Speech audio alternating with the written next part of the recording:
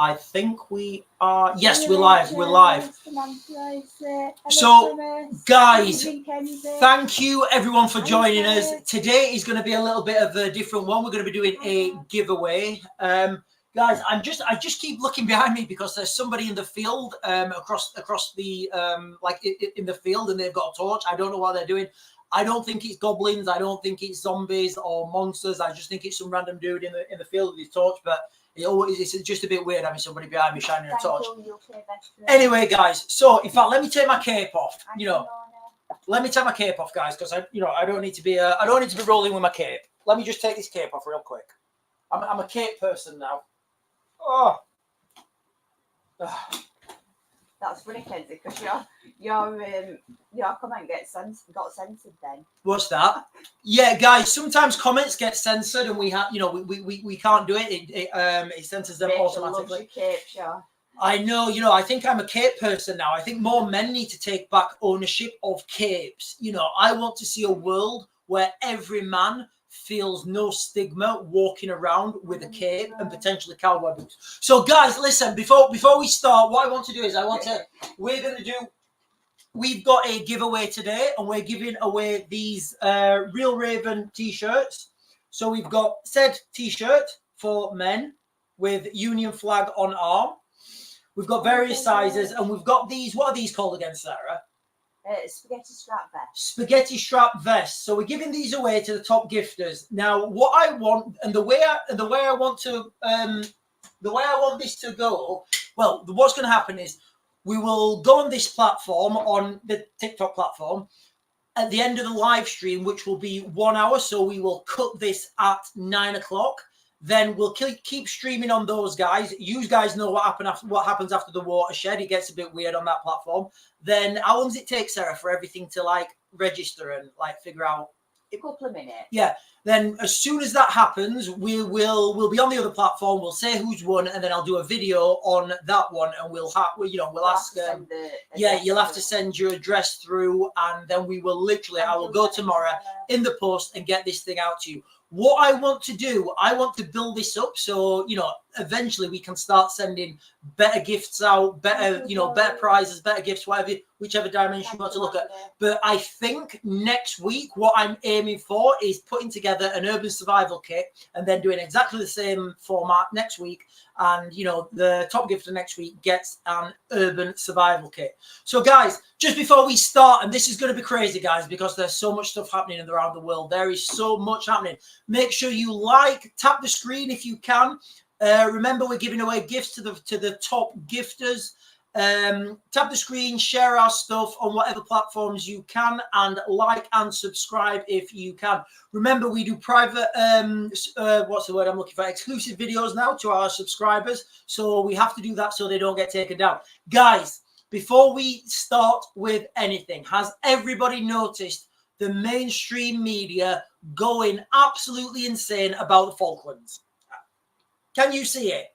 Have you seen now how when did I first start talking about the Falklands? Way back, before it was even cool. Nobody was talking about the Falklands. And I outlined what was going to happen. Guys, and I'll be quite clear now. This has got nothing to do with sovereignty.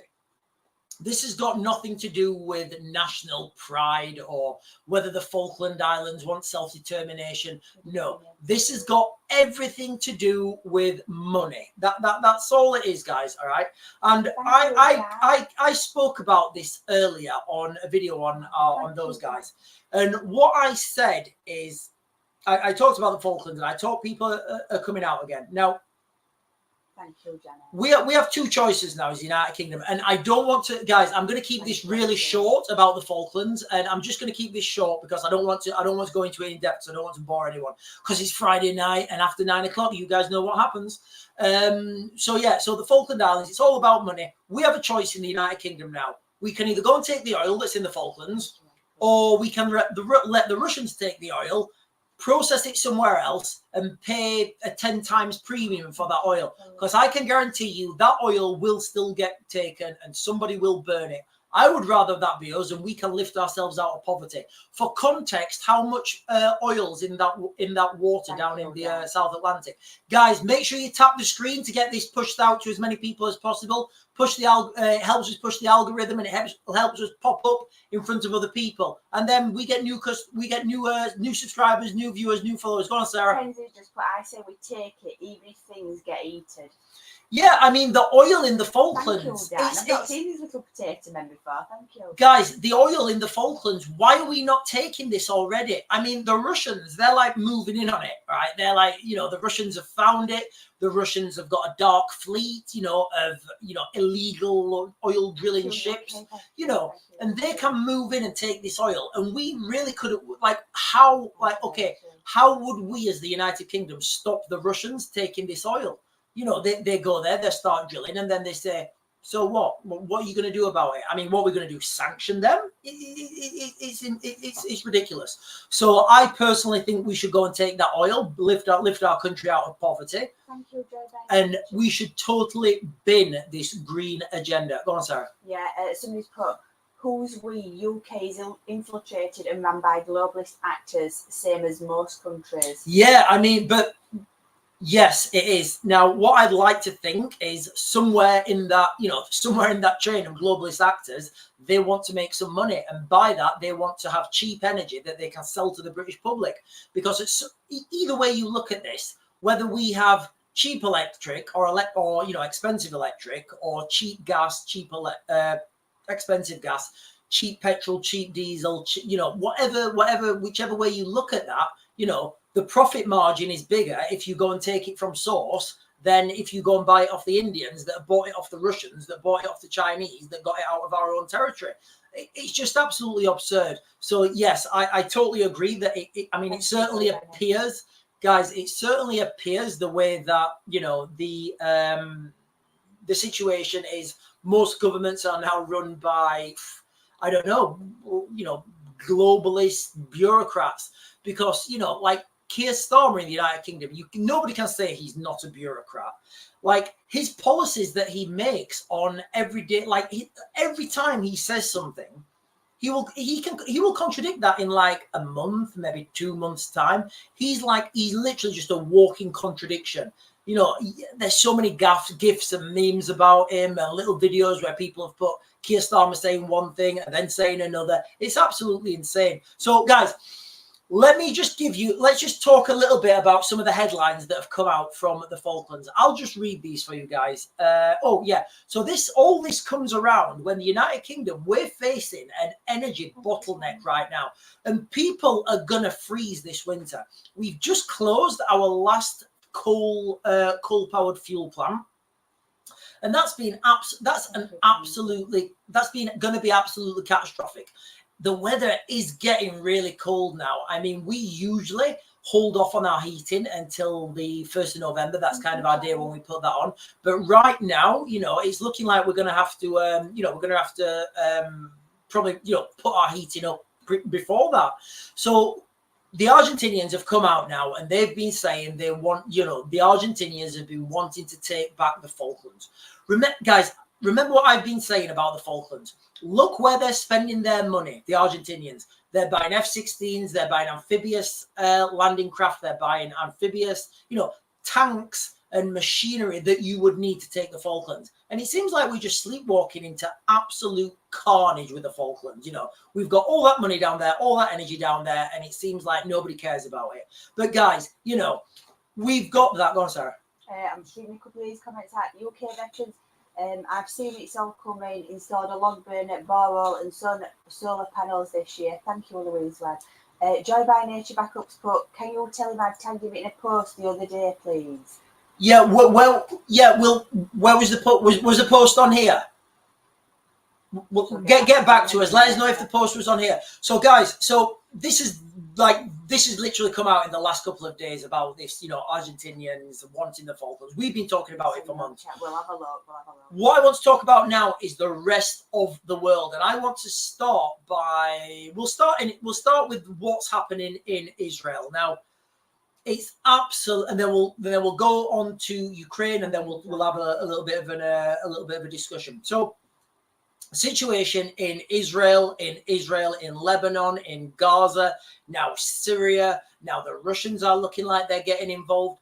No, like when I first started doing these videos, people were sending me stuff saying, oh yeah, it's the biblical end times and, all this stuff's happening. And, it's really hard to not see these connections once you've seen them.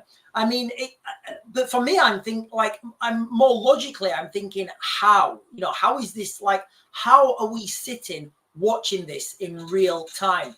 It's quite clear in the Bible that it says when Russia attacks Israel, that is the sign of the end times. And the end times as well, it's not, it just means the end of history. So it means the battle at the end of history and the battle of the end of, evolution or whatever it is. Was that question? Yeah, what do you think will happen on the 1 year anniversary in the Middle East? Thank you, probably.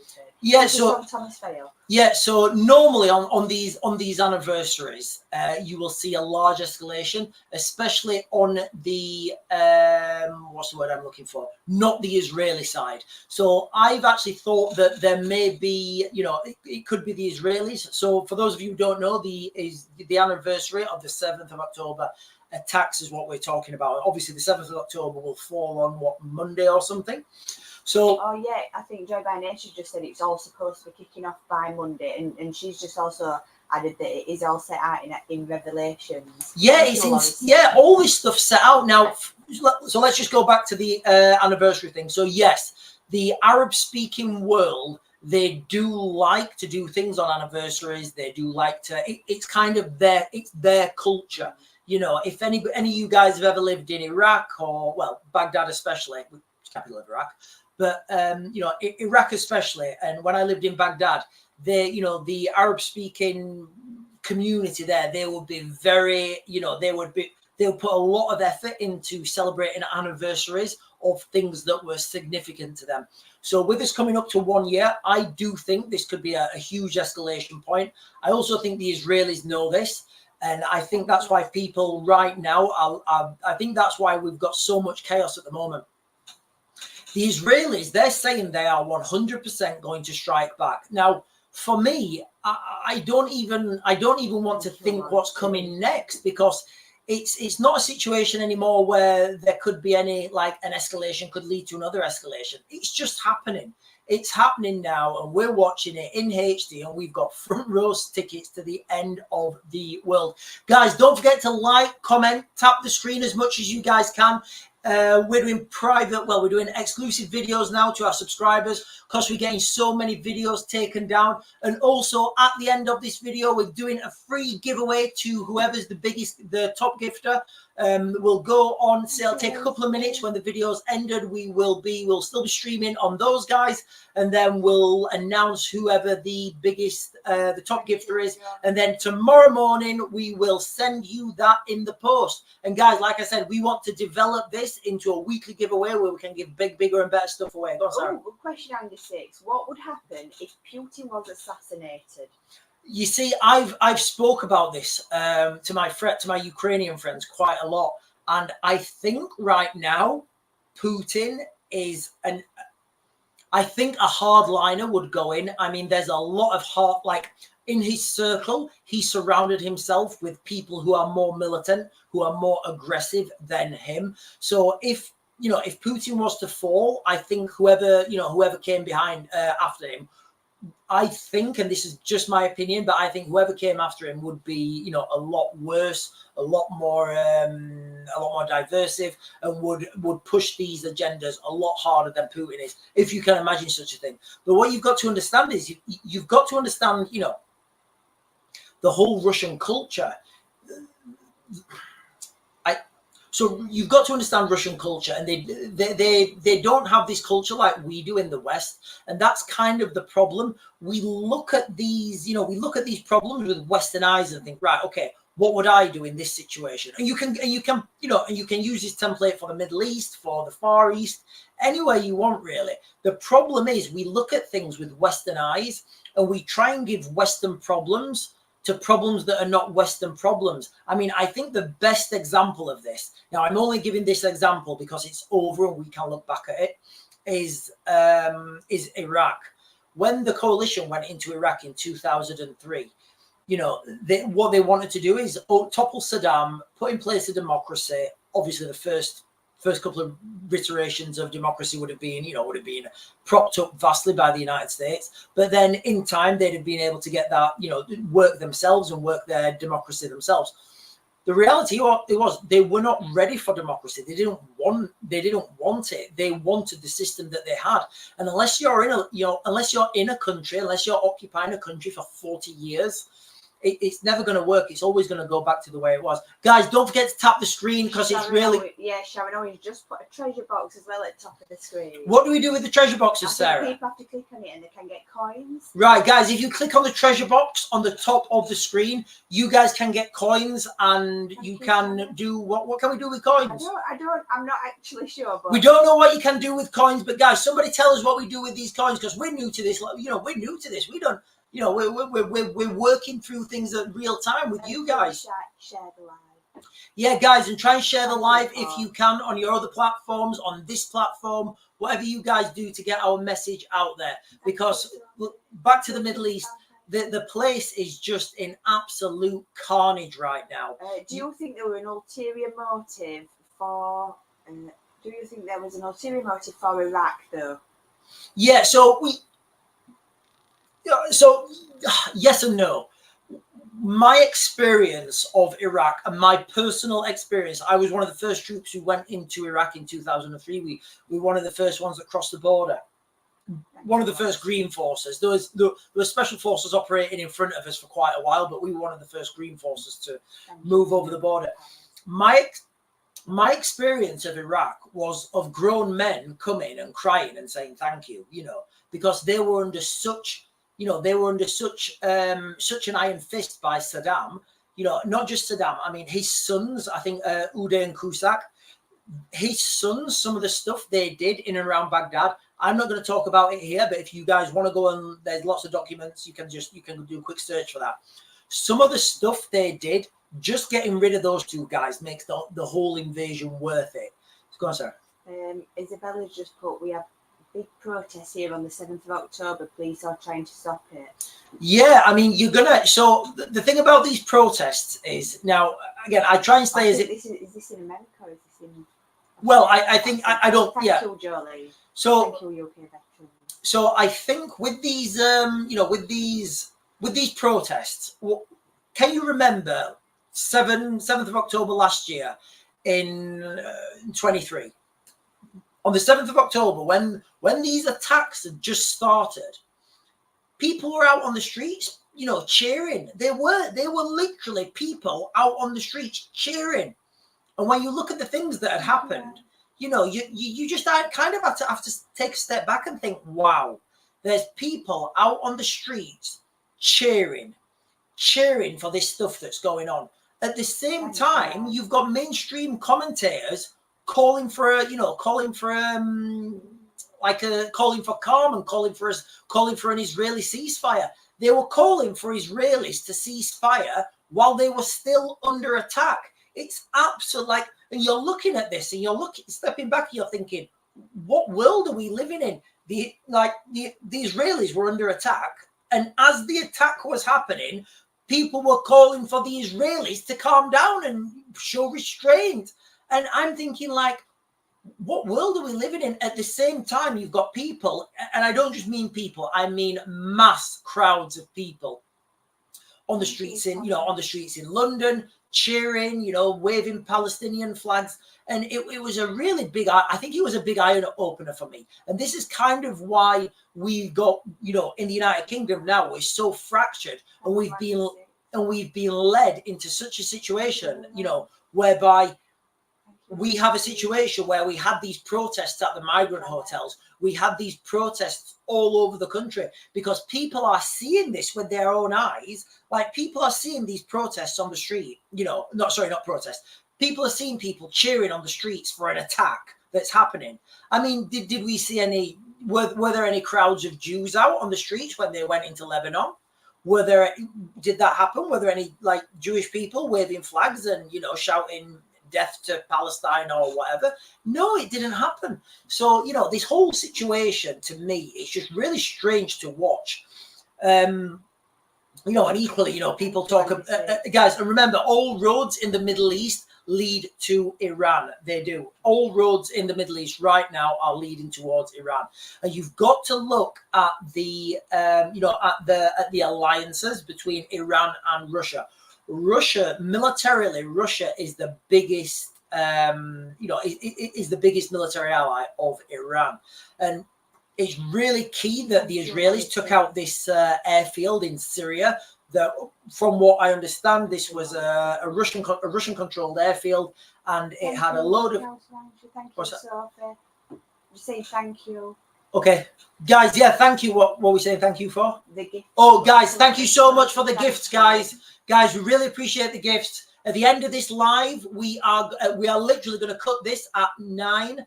At the end of that, we're going to let the little algorithm thing do its thing. And then whoever's won, whoever's given the most gifts, guys, we're going to send you a free, we'll message you first, obviously, get your address, and then we'll send you a free t-shirt, man's or a woman's, and whatever size you guys want. So, guys, like I said, keep tapping the screen, because that really, if you can't do anything else, just tap the screen. We really appreciate that. That pushes us forwards in the algorithm, and it really, really helps. Anyway, so all roads at the moment in the Middle East are leading to Iran.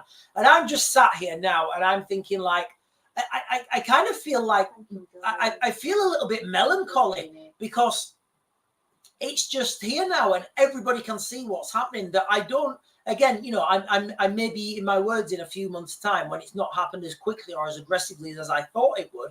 But all roads now are leading towards Iran.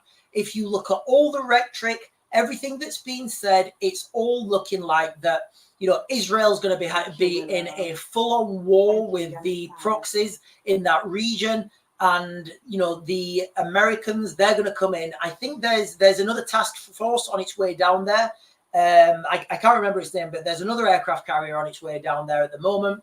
That'll be there in a few days, or I'm not sure, less than a week for sure. But, you know, all this, it kind of doesn't matter, because there's the RAF base at RAF Akrotiri, which is in Cyprus. Those of you who've ever been to RAF Akrotiri, it's absolutely huge. We used to fly through there to go to, if you go into the Middle East or like Kenya, and it's like I mean, it is like a holiday. It's like a holiday resort, guys. It really is. Don't let anybody tell you the RAF actually do work down there, because they don't. But you can have, everybody's talking about the fast jet capacity down there. It's not about the fast jet capacity in RAF Akrotiri. It's about the logistical hub that provides. You can land C-17s there. You can land huge veterans. RAF never work. They don't. They really don't work. They just pretend to work, and you know that's what they do. They just pretend to work. Now, like I said, it's not about the fast jets. It's about the surge capacity that you can put down there.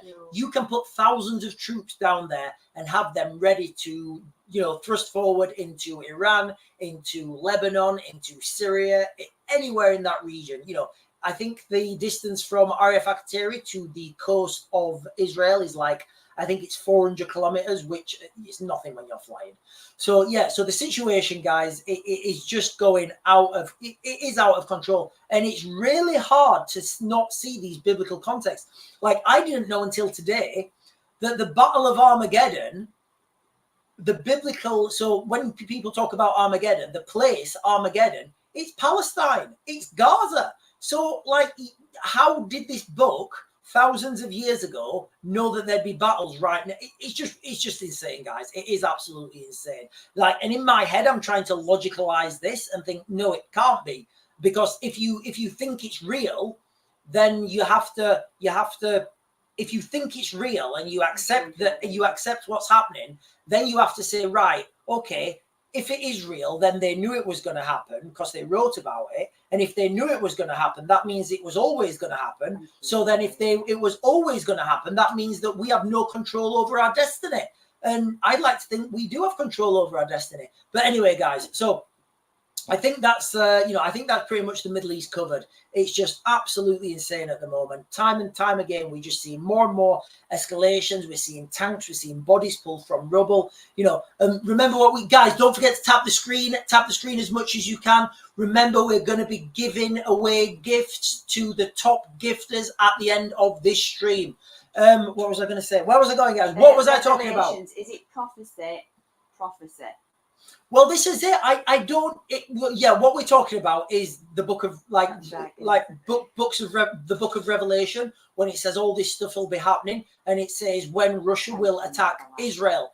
Now, up until like 2 years ago, if somebody had have said to me, Russia will attack Israel, I'd have said, absolutely not in a million years. Russia and Israel are allies. But now it does not look like that at all. And now I think it's the first time since the Second World War, at least, that it looks like that the Russians could mount an attack on the Israelis. And, it's literally written there that this sort of stuff will happen. Guys, again, thank you so much for your gifts. We're trying to put this live up to make... to be able to evolve this live stream into every Friday. We're giving away some really cool gifts, some more t-shirts, some more merch. And we just want to give stuff to you guys. So anyway, the Middle East, absolutely insane. We are going to have an energy crisis in the United Kingdom this year. We really are. As we move further and further towards energy insecurity, as we refuse as a nation, as we refuse to go and take the oil from the Falklands, as we let other people take our country piece by piece, as we let our old people freeze to death by taking their cold winter payments, as we have more migrants in hotels than we have soldiers in barracks, as all this is happening, as all these Middle East biblical prophecies happening, we have got a war in Ukraine that the United Kingdom at some point inevitably is going to be dragged into. And, when I said back in 22, I said Britain would be leading NATO in Eastern Ukraine by 2025. I said this in my, on a personal level. And it looks like it now. And then people are saying, when's there going to be boots on the ground? And I did, I'd heard rumors from my personal sphere, but nothing has been confirmed. And then the German defense minister or something came out, and he said that British, French, American special forces are, I suspected this, but he said British, British, American, French special forces and German, I think, are all operating in Ukraine now. So even like back after year one of the 2022 invasion. And again, guys, this was go on, Sarah. It's a funny old world, but will UK have food shortages this winter? Yeah, so I think yes, I think we've got food shortages now. But I think I want to put these into two brackets. I want to put food shortages and running out of food as two different things, because I think we will have shortages, but I don't think we'll run out of food. So if you look at the farming in the United Kingdom at the moment, I think this has been like probably one of the worst years we've ever had for farming. We spoke to a farmer who was on one of our live streams the other day, and he was saying that he's got less than half of his yield from what he normally gets. And the farms around him, they're just not bothering to take their crops because it will cost more money to send the combine harvester or whatever to get those crops than they'll get back from them. So we've had total mass crop failure at the moment. Then we've got this conflict in Ukraine. Then we've got again, guys, talking about, again, this has just come to me, talking about like biblical like prophecies. Did you know we had the biggest locust swarm in I think it was 2022, like over Africa and up through the Middle East? It just decimated everything. Now, after that, in Africa, we had massive droughts. So the whole of Africa now, they don't have any food.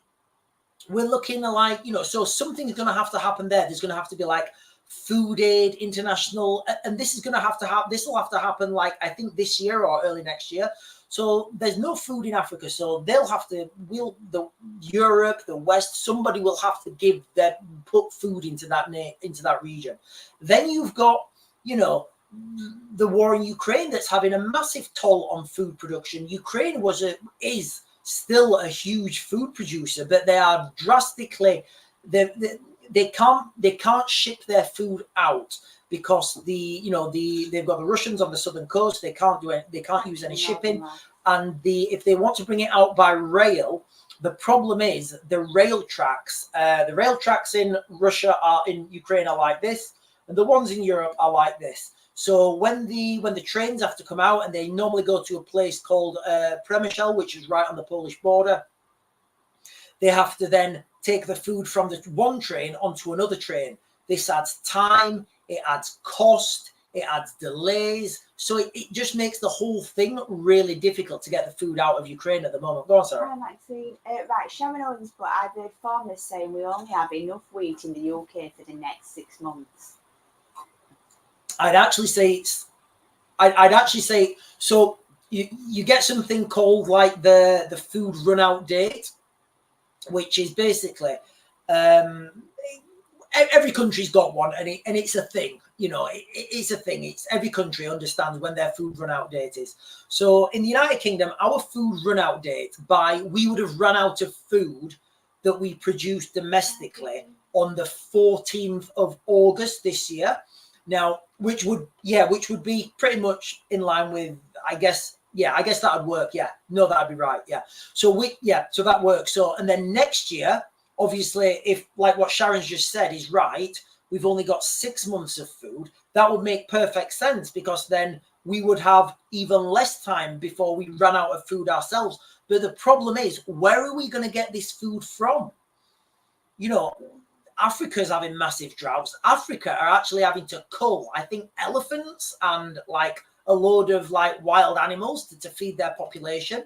And, you know, so where's this food coming from? People think we become disconnected from our food chain.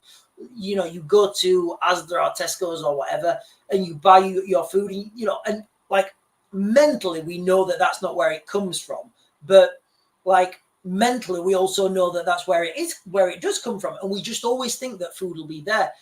I can remember when I worked in northeast Syria in a town called Manbij.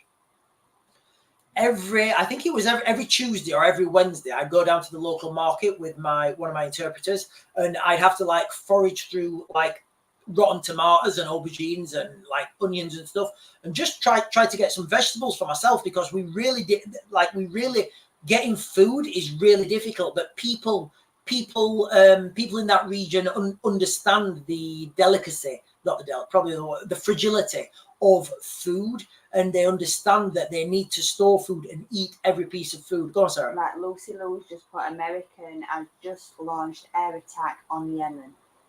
Right. Wow. Okay. So, guys, that's from Lucy Lou, right. 1985. Let me just do a quick search from this real quick. Guys, thank you so much for you guys that are gifting. I've spelled America wrong. Like I said, at the end, going to be an issue soon. I love my cup of meat to work early. Is that to do with the shipping in the Strait of the shipping lanes with that? It's on Sky News, Lucy. Right. Well, yeah, I'll keep updating. Normally, we've had this before. So remember what we always say, bad things happen on a Friday. They happen on a Friday because if you know it's going to happen, you can make a ton of money on the stock market, or you can at least try and not lose as much money on the stock market. But that's why things happen on a Friday. Kendi, the attack was on Houthi targets in Yemen, including the capital of Yemen.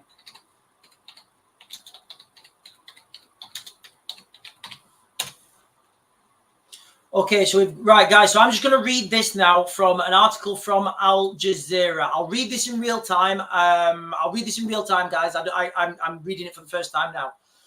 This was from 48 minutes ago.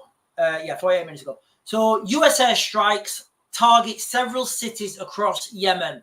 Attacks hit key port city of, I'm going to try and pronounce this, guys, Hodeidah or something, as well as the capital Sana'a, Houthi-run media and US sources say. The United States military has struck a number of cities in Yemen, including the capital Sana'a and key parts of the city Hodeidah, guys. I'm probably butchering that. Forces from the United States Central Command, the military command responsible for US forces in the Middle East, conducted strikes on 15 Houthi targets in Iranian-backed, Houthi-controlled areas of Yemen today. So that's it, guys. That's literally the breaking news. What I'll do is I'll put this on a live run and I'll keep refreshing this. So if there's any updates in the next couple of minutes or whatever while we're still on, I'll be able to get those to you, because it should be a live update. Hang on, let me check. Oh, UK veterans. I've just had an email from Animal and Plant Health Agency saying 14 countries have animal movement. I think, was that you, UK veterans, who mentioned blue tongue? On what, sorry? UK veterans have said, I've just had an email from Animal and Plant Health Agency saying 14 countries have animal movement. What does that mean? I don't know what that means. Restrictions. I think there's been something going on. Hang on. So this is updated 5 minutes ago now. Israeli land raiders, widespread panic as millions flee home in Lebanon. As US guys, it's going down. It's like we're Friday night. Yeah, remember when I didn't put the thumbnail on this video to be like hyper, to be as clickbait or whatever. I really do believe we are living. I don't see how this doesn't lead to a third world war. If you look back at the Second World War and the events that led up to the Second World War, you've got Japan invading Manchuria. Is it Manchuria? You've got the Spanish Civil War. These things are never talked about in history books. We always see it as the rise to power of Adolf Hitler, and then Adolf Hitler goes into Poland. That's kind of all we. But before that, there was lots and lots of events that led to this. And look at the events that have led to where we are today. Just reading this, I'll go off this article in a minute. But the things that are happening now, let's just start this story from 2014. The invasion of Ukraine in 2014. Then you've got, the Middle East that has just been a constant, absolute escalation, constantly. And then you've got the 2022 invasion of Ukraine, the second invasion. And then 2023, you've got, the attack on Gaza. The attack on Israel from the Palestinians. And then you've got literally the last couple of weeks, we have got what we're seeing is an all-out war breaking out.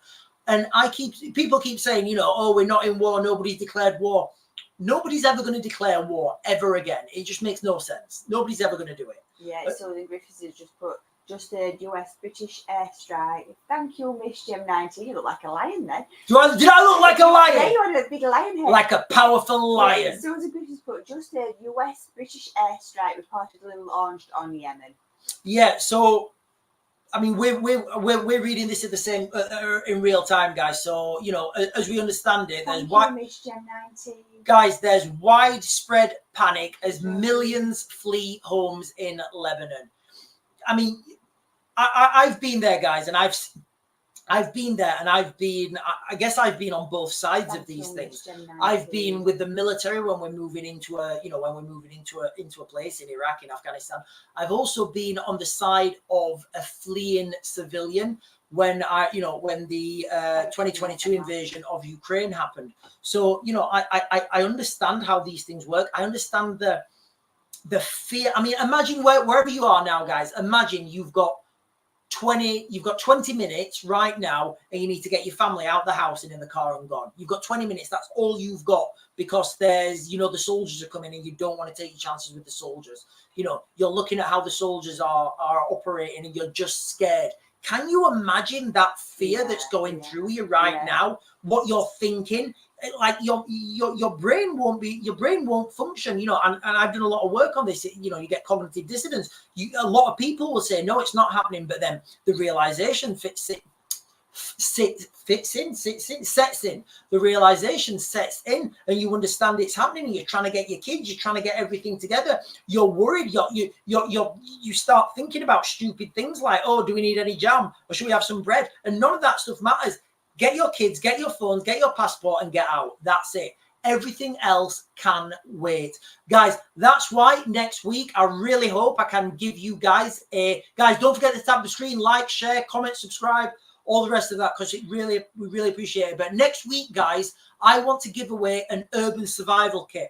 While I'm talking about, while you're in that frame of mind, I always talk about urban survival, and you need everything in a bag, just ready to go, because I've been in those situations. Now, if we live in the United Kingdom, it's highly unlikely that that's going to happen to you. But what could happen is mass protests, energy down, grid down. You know, it may be a situation where there's been, you know, an incident and the police are asking you to leave your home. This happened quite, you know, the floods, all sorts of stuff. And, you know, and if you've got, it's just such a peace of mind. If you've got everything in one small bag, you can just grab it and go. That's right, a bug out bag, yeah, absolutely. So anyway, guys, let me just read a little bit more of this. Roads in southern Lebanon are deserted as Lebanese authorities say more than 1 million people have fled Israeli strikes. Meanwhile, the US has reportedly launched airstrikes against Houthis in Yemen. Listen to a daily specialist, right? That specialist probably doesn't know what they're talking about. Yeah, so this is from 10 minutes ago. Yeah. So I think that's all we know at the moment, guys, that the United States have launched strikes on 15 Houthi targets in Yemen. Guys, after this live stream's finished, we'll go onto the other platform and I will share screen a lot of this stuff for you guys and we'll talk through it. But if there's any updates, I'll let you guys know in real time. So hang on. Right, Oblivions asked, why are the government trying to pay off farmers? So first of all, I don't know, but what I would suspect is, so what I think we're alluding to there is the governments, and I mean, we have it back here on the fields. The governments are now paying farmers. I think this is what we're talking about. The governments are paying farmers not to plant food, to plant flowers. We've got a purple field, and I was like, "What's that?" And it's literally just flowers. So imagine all what we've talked. So in that context, I think it feels to me like there's a war on food. Like there's a war on food production. I mean, there was a chicken tax or some, what is it? The new chicken law, the law in the United Kingdom of the first of what month are we in? October. The 1st of October, 2024. Anybody with a chicken, if you have a chicken, you have to register your chicken.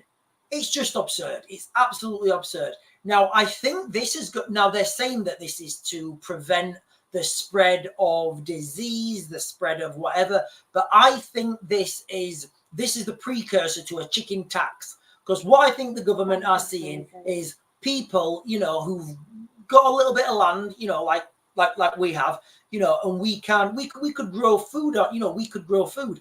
Now, I think they're understanding this is going to happen, and I think they want to clamp down on it, because if you clamp down on people growing their own food, they'll be more reliant on the supermarkets. If you're reliant on the supermarkets, it means you're still paying taxes. I mean, guys, honestly, right?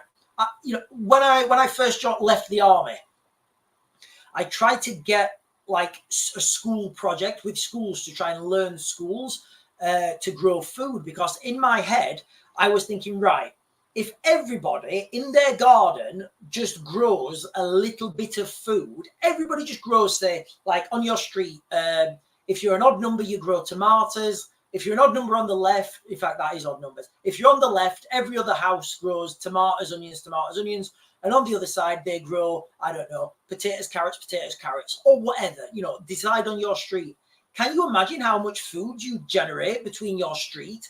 And it's free. You don't do anything. It literally grows and it's free food, which is free money. Guys, don't forget to tap the screen, like, comment, subscribe, share. Share on this platform, share on another platform. At the end of this live, we're going to be looking at whoever's the top gifter. We're going to be, it's like a little prize. It is a prize. The top gifter is going to get a branded t-shirt. We're going to send that out to the post.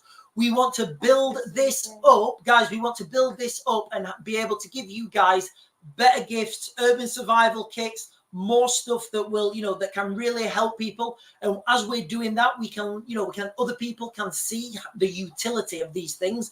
You don't need to spend much money. You can just go out there. And the main thing I always say, guys, make sure you've got water, because water is the most important thing. Get 3 liters of water per person per day. Even if you're taking it from the tap, put it in old milk bottles or something, store it in a dry, cool place. At least you've got something. I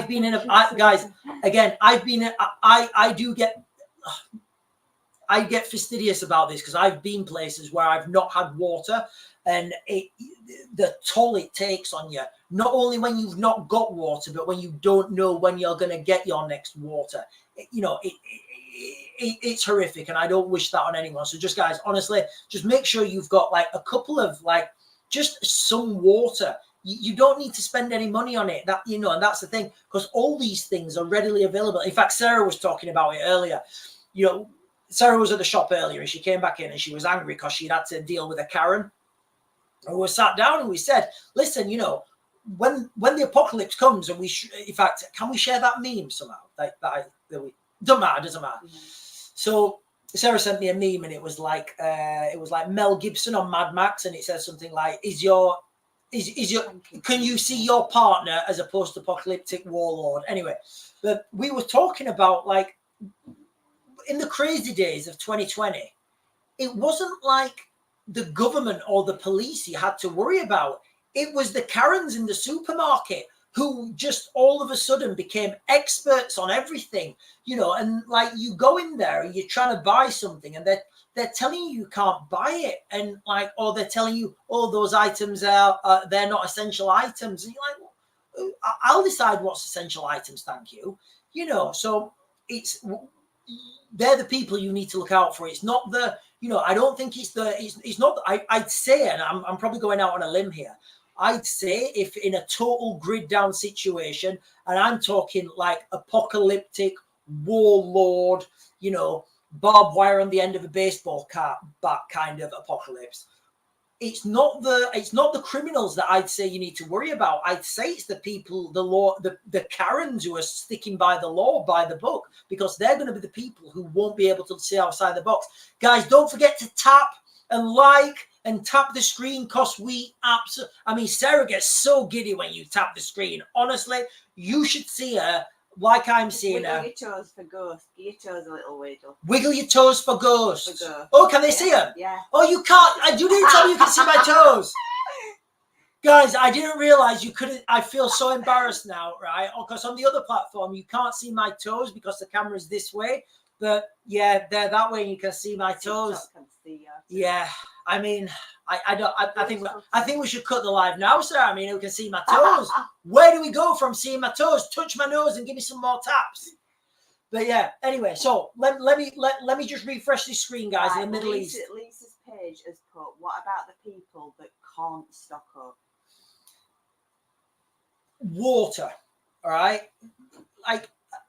I don't think the United Kingdom's going to run out of anything. As such, there will be shortages, and these shortages are not here yet. Water, it's free. You can right now. Thank you, Miss Gem. Wow. Thank you, Miss Gem. Guys, and thank you so much for all the gifts, guys. For those people who can't stock up, and for like whatever reasons, there's a lot of reasons. You may not have the space. You may not have the financial capacity. You may not have the, you may not have the people around you to allow you to do that. What I will say is water is free right now.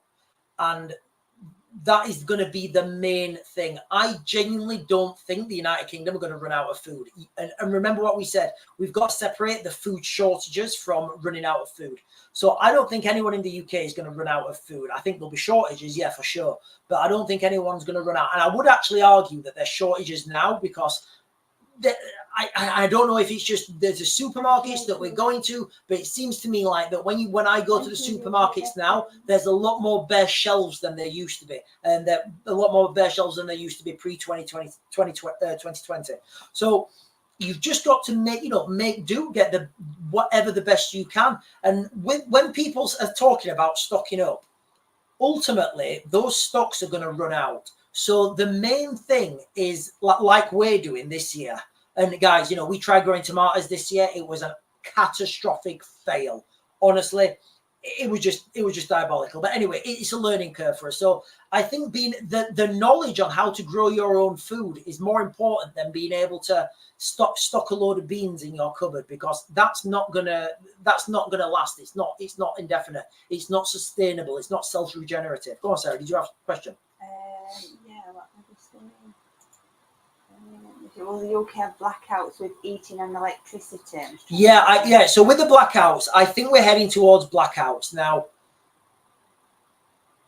Well, so let me just quickly switch to something that happened in Ukraine, similar with the energy sector. So one of the Russian-controlled nuclear power plants I think it was in southern Ukraine. One of the security chiefs there was a car bomb and it took out one of the security chiefs. So all around the world now, you can see attacks on energy systems, attacks on energy infrastructure, because it's one of those grey areas of warfare. It's grey warfare or asymmetric warfare.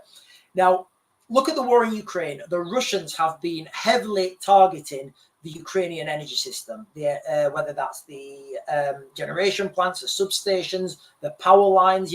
These things have been really heavily targeted.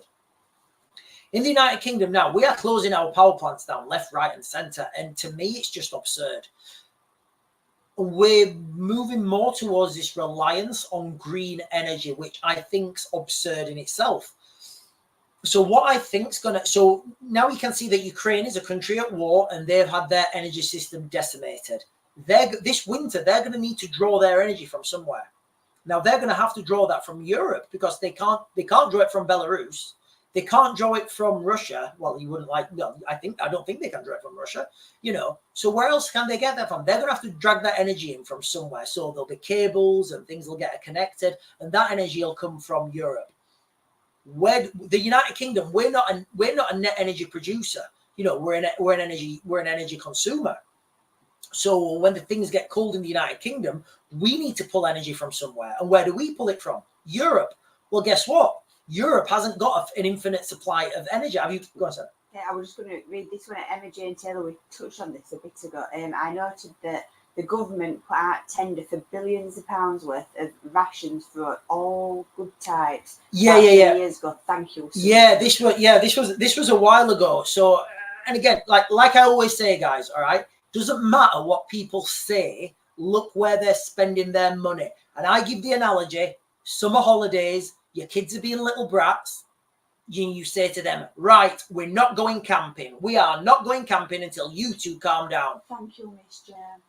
But your kids, they're looking, and you go to the shop and you buy new sleeping bags, you buy a new tent, you buy new camping stuff. What are your kids going to think? Your kids know you're going camping. So look where people spend their money. Now, the comment was the British government just spent. It was a huge tender. I can't remember how much it was, but I did do a video on it. For rations. Now it was key as part of those rations were cold weather rations. Now that is not a thing that the United Kingdom would. That is not a thing that the United Kingdom would bulk buy, because it's very rare they operate anywhere that's cold. So we're looking at potential conflicts in the North or South Pole, or conflicts in eastern Ukraine, where it gets really, really cold. Now, also in that same tender portal, I don't know what it's called. It's called like modtender.com. I don't know what it's called. But on that same portal, they put out a lot of tenders, and they put out another tender for 50,000 sets, or 50,000, which is basically the teeth arms of the military, the infantry. 50,000 sets of cold weather fighting gear. So that was cold weather sleep. I can't remember what it was, but it was cold weather sleeping bags, cold weather clothes, and cold weather boots, basically. And they wanted 10,000 sets. So again, look where people are spending their money. People have known this is coming for a lot. Oh, hang on. What time are we on, Sarah? 8:54. 8:54. So we've got 6 minutes. Right, guys, we are going to have to cut this live at the exact time because we need to make sure that it's fair for everyone and we don't want this live to run on. What's going to happen at the end of this live? We're going to say goodbye to you guys. All right, we're going to say goodbye to you guys. We'll still keep streaming. We're still going to keep streaming because we're streamers now. This is what we do. We're streamers. We're streaming. We tried to stream on 3 platforms, only managed 2. Don't matter. We'll get 3 next time. Then, all right, then while you guys are, you know, just chilling out or whatever, we're still going to be streaming on you guys. I'll continue the stream. Sarah will say who the winner is. That will be announced live, but on the other platform, because obviously we can't do it while we're still streaming. It just doesn't work like that. So we'll have to cut the stream and then we'll announce the winner live. And then I'll do a video letting you guys know who's won. And then we'll send that person. Can we send them a private message? I think so, Yeah, we'll either send them. Can we tag them in the? They're following us. Yeah. Can we tag them in the thing? Yeah, yeah. So we'll tag you. We'll, you know, and we'll let you know. We'll get your address and we'll send that out to you guys. Yeah. So I hope that answers your question with the food and with the where people are spending their money. And now again, it seems we're talking about people spending. Guys, I've missed so much off this stream. In fact, we'll get it on those guys, but.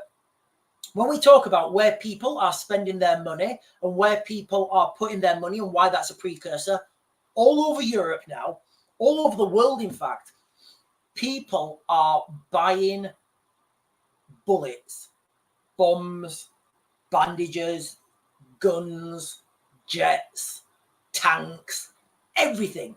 And this is what happened before the Second World War. People don't understand. You had this same thing because when people, there's never the right time to have a war. There's never the right time to have a war. And guys, I mean, the best way to avoid war is go absolutely crackers day 1, week 1. None of this build up. Just release your violence. Go from 0 to 10 in 1 day, and that will end the war, and you will win, and there'll be peace. That's the way you do it. Our politicians don't know that. They don't have the stomach for it. And so we have this situation where it's like kids in a playground now. And these guys, you know, this kid's pushed that kid and this kid's pushed that kid. And then somebody's got another kid and he's got his mate and he's gone and got a stick. So he's gone and got a shovel. So he's gone and got something else. So he's gone and got his dad. You see how all the sides now are building and building up. So when the outcome, instead of letting this thing go easily and it's over with, the outcome is going to be an absolute catastrophe, guys. And it really is going to be on an industrial scale. Thank you, Susie. And I've been talking about this for such a long time. And, you know, people are saying, oh, Sean, you're always doom and gloom. Because there's a lot of doom and gloom. Remember, how long ago have I been talking about the Falklands? How long ago have I been saying it's going to be a war? It's going to be a war for the United Kingdom. On our other platform, that one, go back and look on my videos, certainly months and months ago. And on you guys, certainly last year. I've spoken, I've outlined everything to do with the Falklands. So I'm seeing this in real time, and I'm just, you know, it's not like I've got a prophetic insight or anything. I just look and I see things, I see where they're going, and that is the direction we're going. Maybe, you know, maybe it won't be the World War will be declared this month. Maybe it won't be next month, but right now, there's no way, there isn't any way back. Look at the chaos in the Middle East. Look what's happened in the last hour. Look what's happened in the last hour.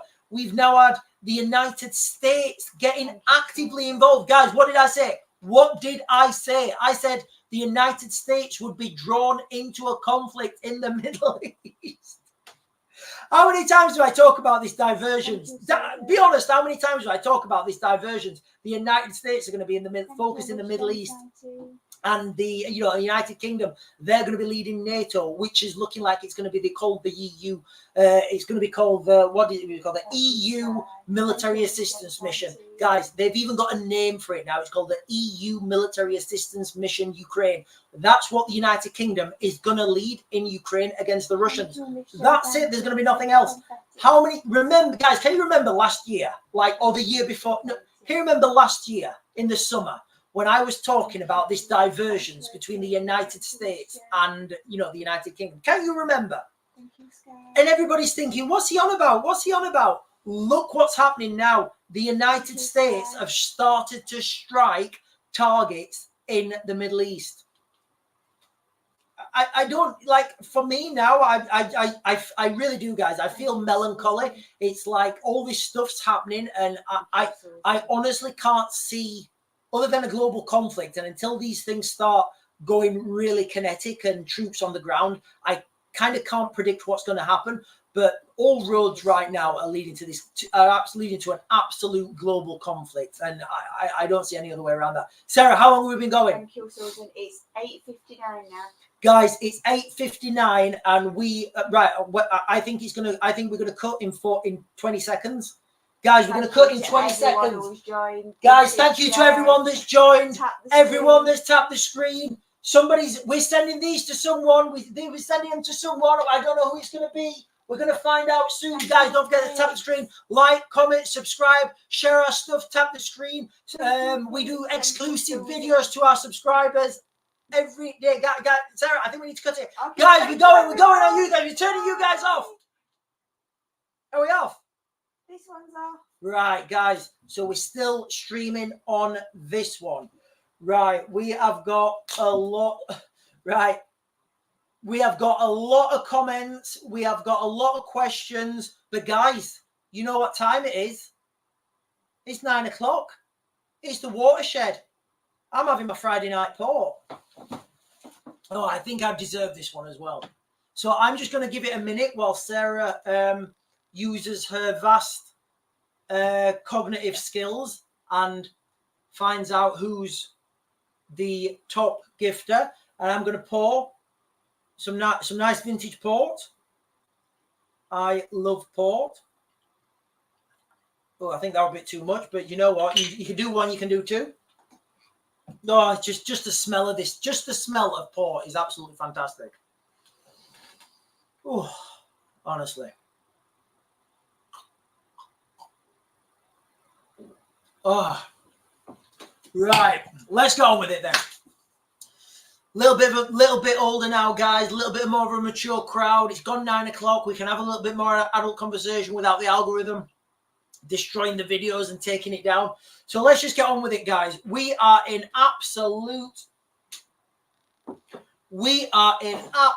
catastrophe. And you guys can't see my toes either. I'm a little bit upset that Sarah didn't tell me we could see the toes. Wow. Whoa. Okay. So Kenzie's just put a message. Israel has just threatened to use a nuclear weapon on Iran. Right, guys, I need to search this real quick because, I mean, am I doing a live stream at the beginning of the nuclear apocalypse? Guys, if a nuclear weapon goes now, I'm just going to live stream until this is over. I've had a glass of port, so take that with advisement. Right, let me just real quick do a search on this.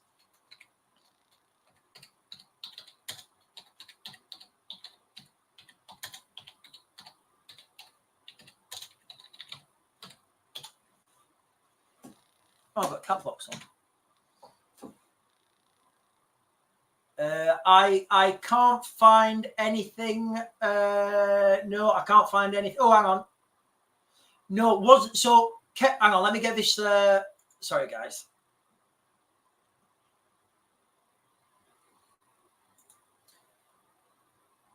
Where's the fancy dress? Yeah, toes. What's this? Where's the cape? My cape's at the side of me, Alexandra.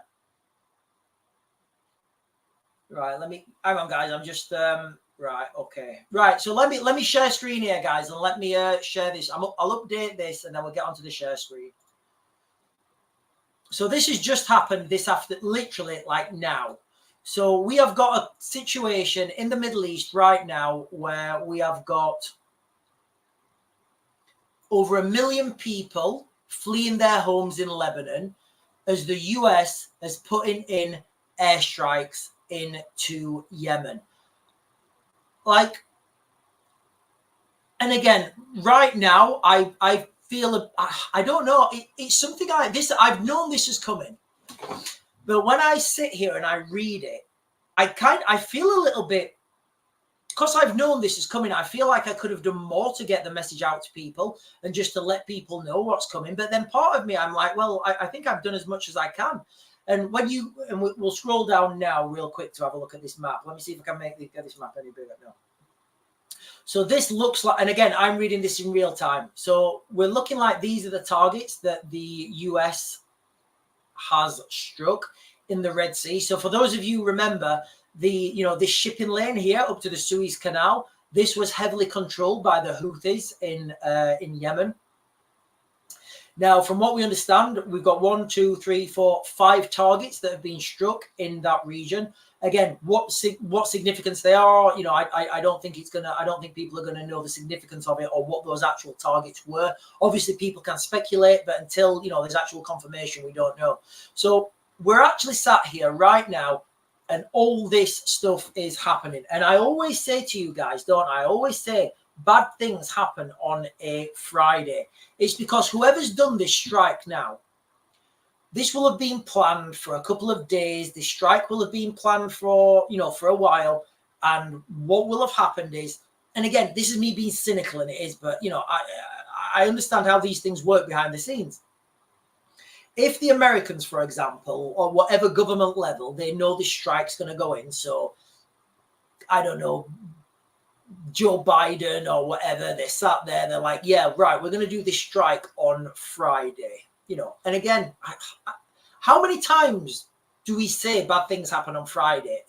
And this is why. So they'll be sat there and they'll say, right, what are we going to strike? And they'll say this. And they'll say, right, so what effect is that going to have? And they'll say, well, it's going to have this effect. And then they'll say, right, so that company is going to lose a load of money. Yes. Okay, so we bet against that company. Or they'll say, right, this company is going to make a lot of money. So, for example, and I think the decisions, what targets to strike, will be at some stage financial. In the context that, and I'm just giving you an easy example. If Joe Biden knows that, the Air Force are going to go in and they could strike a vital oil pipeline that is run by a Chinese oil company, and they say, right, we're going to strike this facility and that's going to take out that oil pipeline. Where are they going to run their oil through? Oh, well, they'll not be able to run that through that pipeline. They'll have to use this company. And then you say, okay, right, well, if we're taking that oil supply out, that oil pipeline out, and then all the oil has to go through this oil pipeline, guess what? I'm just going to invest a shit ton of money into that other oil pipeline, because I know that very soon their stocks are going to rocket. So you can do that while it's low. And then once the airstrike goes in, guess what? Somebody makes a shit ton of money. And, this happens, it's kind of industry standard. It just happens like that. Is it wrong? Probably, but does it happen? Yes. Does everybody know it happens? Yes. And that's how people become really rich really quickly. All you need to do to become really rich really quickly is know what the newspapers are going to say like next week or something. Right, guys, have we got a winner? We've got a winner. Guys, we have got a winner. So what I'm going to do, we're going to announce the winner. Now, I don't know who it is. Sarah, who is it? Dan. Dan is the winner. So can we message Dan now? Can we message him? Yeah. So just, hi, buddy. Congratulations. You won. Send us your details and we'll send it out. I'll do a video on this tomorrow, guys. In fact, I'll do a video later. What I want to do with these, these streaming, these gifting days, I want to build this up so I can get an urban survival kit, and then we can gift that to someone. But what that'll do is it'll get me, I can talk through these things, and you guys can see me going out to the shops, to the supermarkets, my considerations when I'm buying these things, what I'm looking at. And remember, like when you're putting together like an urban survival kit, a survival kit, you've got to think about what likely scenario are you going to be using that in? Right, hang on, guys.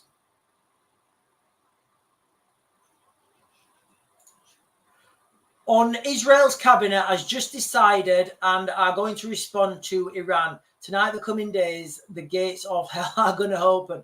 Yeah, I mean, I talked about like the biblical context of all the things that are happening. And I don't want to be that guy. You see them on the internet, don't you? Like, oh, the Lord and Revelation. And like, I'm not that person. But you can't not see what's happening. You can't not look with your own eyes and hear what you're hearing. And you know, and what I think is, I'm thinking like, right, Sean, I know that everything is out there. All this information about tanks, guns, weapons, warfare, I know all that information is out there, readily available for anyone to see. You just need to go and know where to look. So when I'm seeing these biblical things, I'm thinking like in the same context. I'm thinking, right, is it out? Is all this stuff really out there? And I just personally can't filter it because I don't have that experience with the Bible, with religion, and all that sort of stuff. So it's really strange and especially like for me, I'm reading this for the first time. Like, and in some of the books in the Bible, hang on. Freddie, what a fantastic profile picture. Biden tells Israel to seek alternatives to striking. Right, okay. So they're looking at, So two things I'm getting from this. So So again, I'm going off your comments now, guys, but I understand that region. So the oil facilities are, okay. So let's look what Biden said. Biden was asked, do you support Israel striking nuclear facilities in Iran? And he said no. Now, when he said no, that was in direct, what's the word I'm looking for? Direct conflict with United States foreign policy, which is a nuclear-armed Iran is unacceptable to the United States and it's unacceptable to security in the region.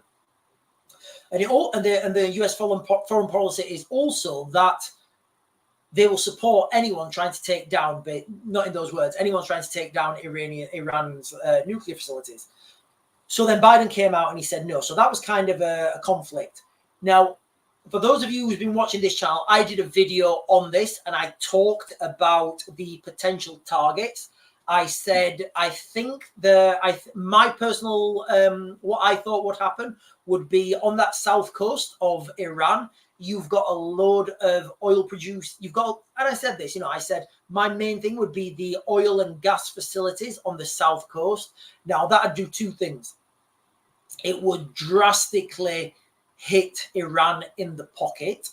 It would also pave the way if there's going to be a ground invasion, which would have to come as an amphibious invasion, an amphibious force. Yes, you can parachute a load of guys in behind lines, but the reality is, if you parachute people in, they can only really last 3 days with the food and water they've got on them. You just can't carry that much. So that's kind of that situation. So the bulk of that invasion would have to come. It would have to come by sea. It would have to come in the ocean. That means you'd have to see a massive build-up and all this stuff. A precursor to this would be striking those targets on the south coast. Now, if you guys can remember my video back last year, actually, October the 7th last year, one of the first things I mentioned was the Strait of Hormuz. Hang on.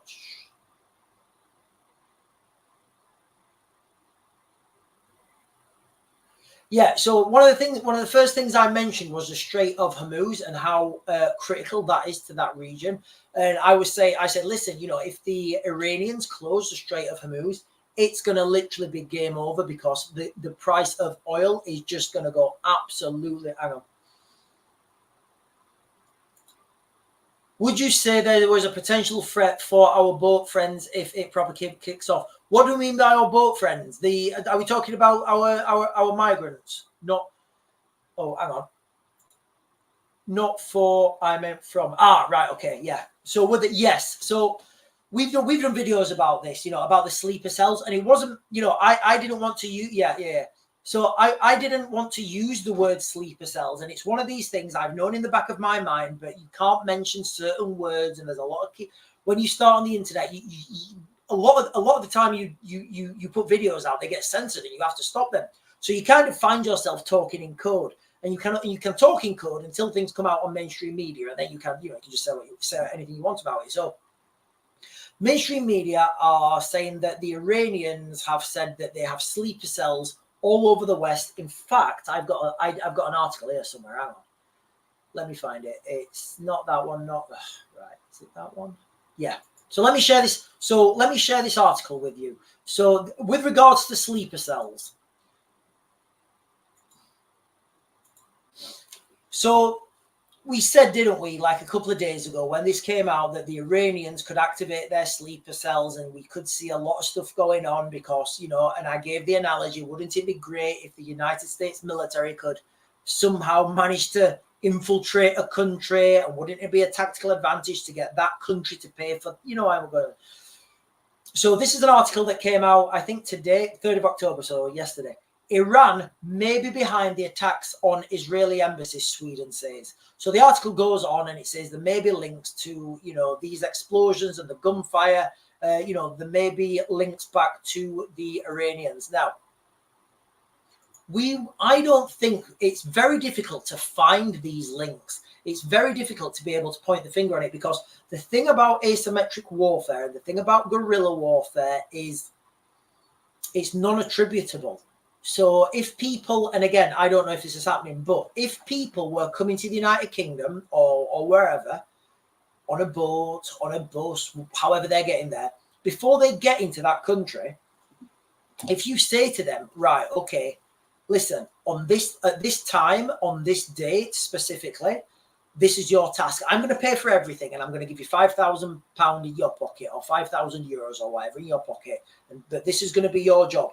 On this specific time, on this specific date, 7th of October, whatever, I don't know, you know, I want you to go and destroy this water pumping station. I want you to destroy this particular electricity cable. You know, I want you to go and do whatever. If you say that to 100 people, you've got an army in that country that can't be traced because there is no trace.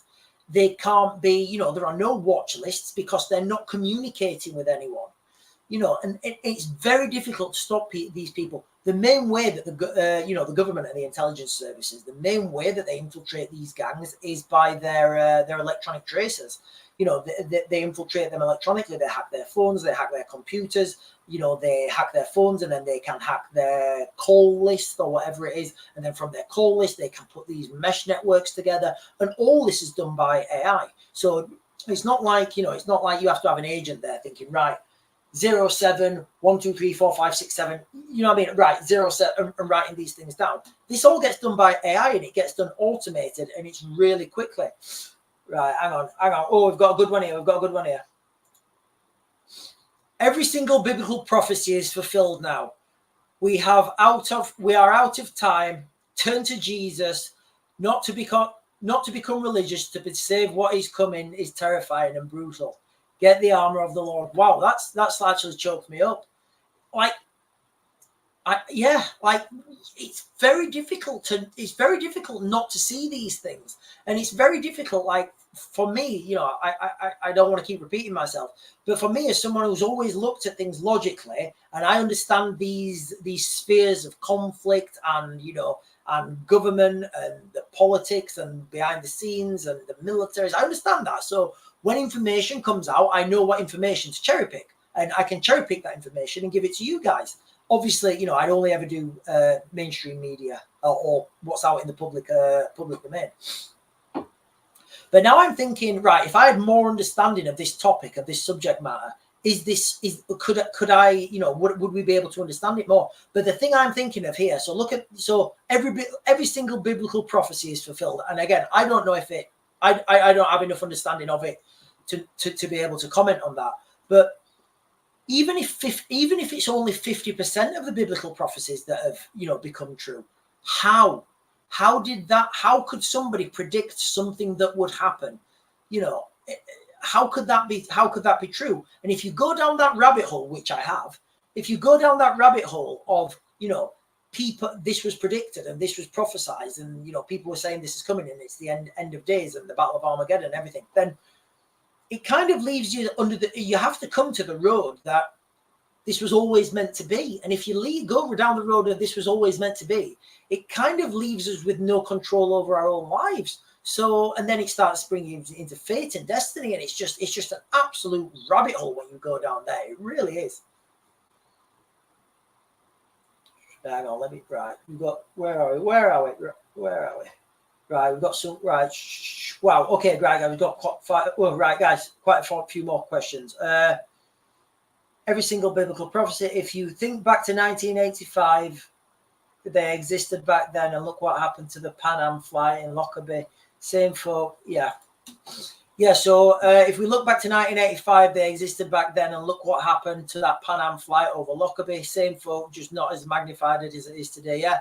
So this has been like a constant. I mean, it's been like a constant battle, I'd say, a constant war. And no matter how far you go, you still see these same two sides. Sorry, it might have been a different year. We get the context. How fast could the US and UK take all of Iran's infrastructure before they wanted to respond? So the question here is, how fast could the United States and the UK put all of Iranian infrastructure out before, basically get rid of all the Iranian infrastructure before they wanted to? In fact, guys, somebody was telling me there's a lot of US aircraft on flight radar over the United Kingdom the other day. I think, yeah. So I think they may be gearing up for it, guys. Like I was on a street, I can't remember. It was either this platform or the other one. And somebody said there's a lot of US Air Force, US aircraft flying over the United Kingdom.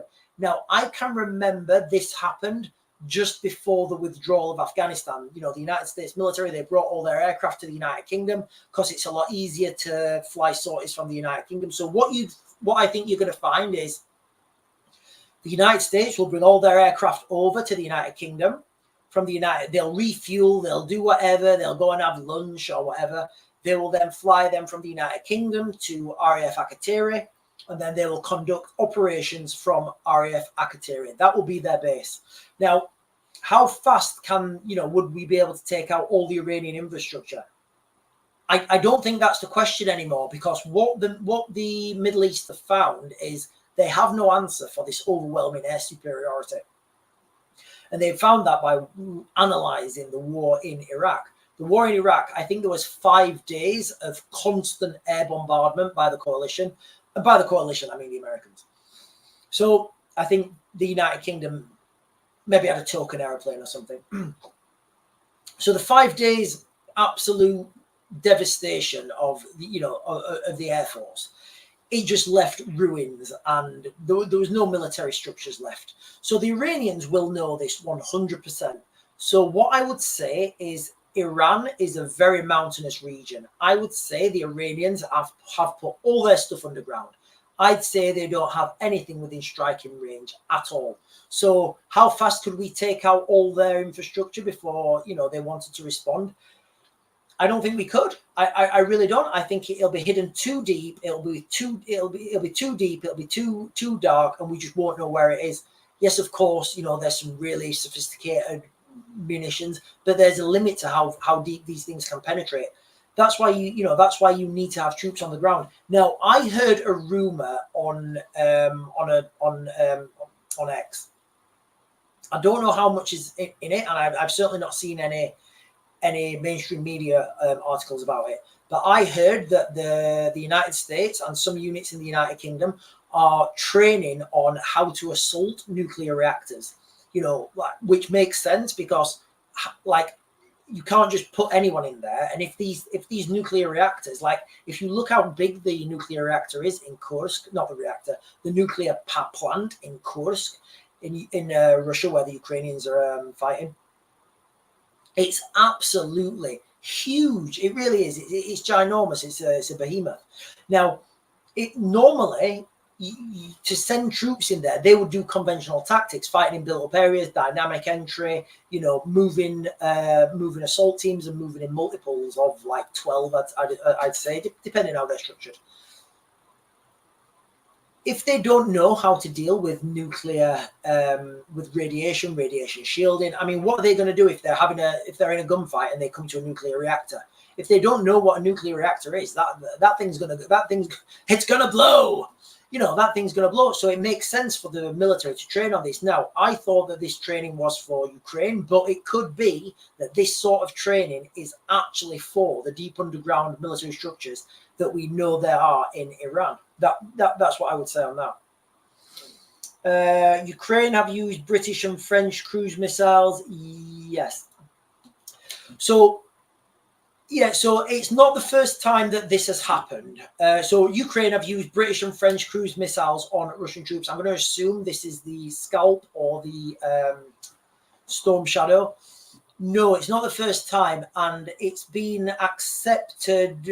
It's been accepted to some degree in the context of the Russians are not retaliating if these are being used inside of Ukraine, as in inside of Ukraine 2013 borders.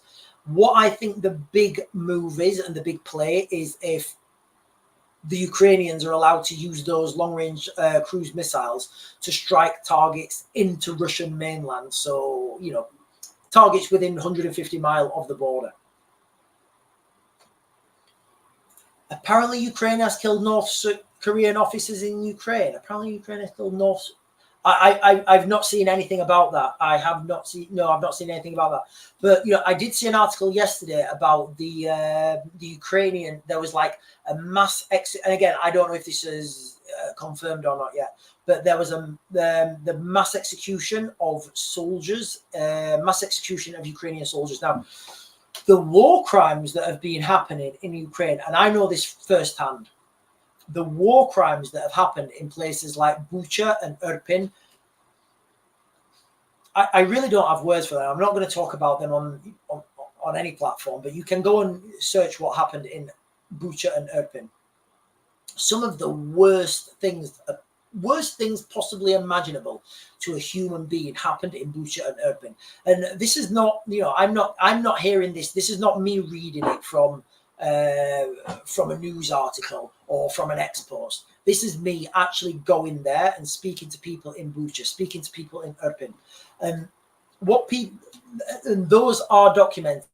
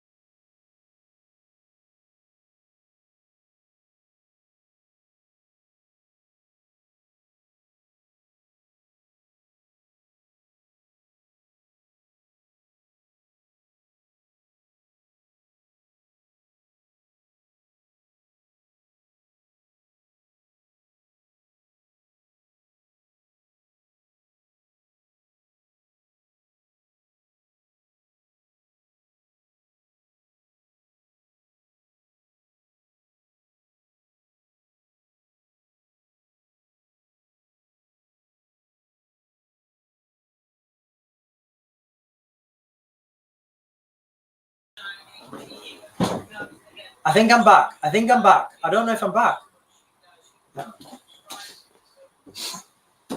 No, I think I'm back.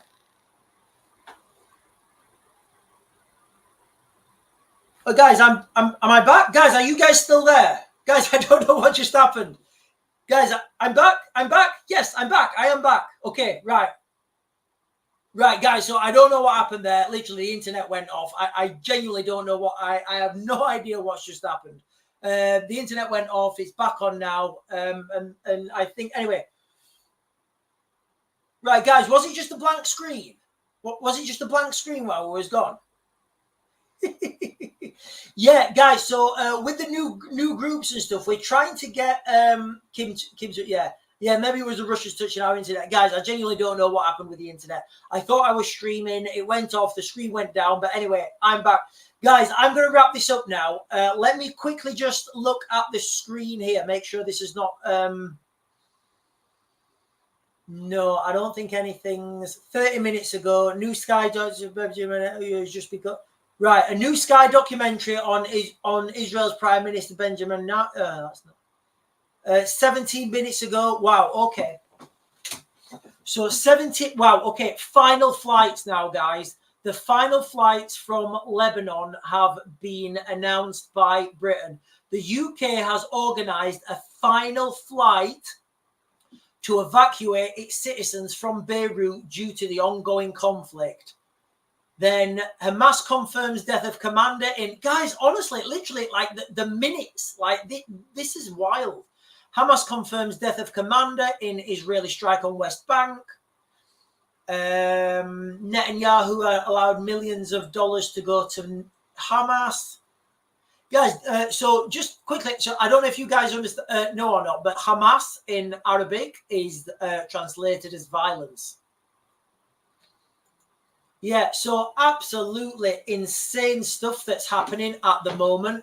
The Middle East, you know, when this happened, I kind of put my head in my hands and I was like, wow, you know, I just can't believe this is happening. It's absolutely insane what's happening.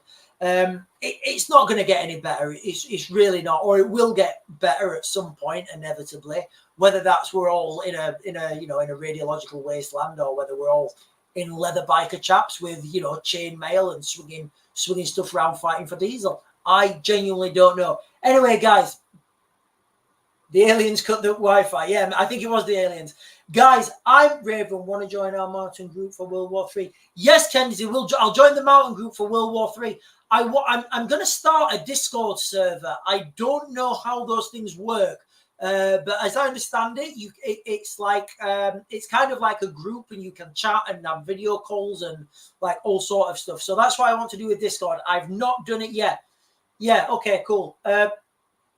Yeah, so guys, let me get this up and running, because like I've got this station here, I've got another station over there, and I want to be able to stream on multiple platforms at the same time. So let us get this studio finished first, because you can see that like wall there shouldn't be that color.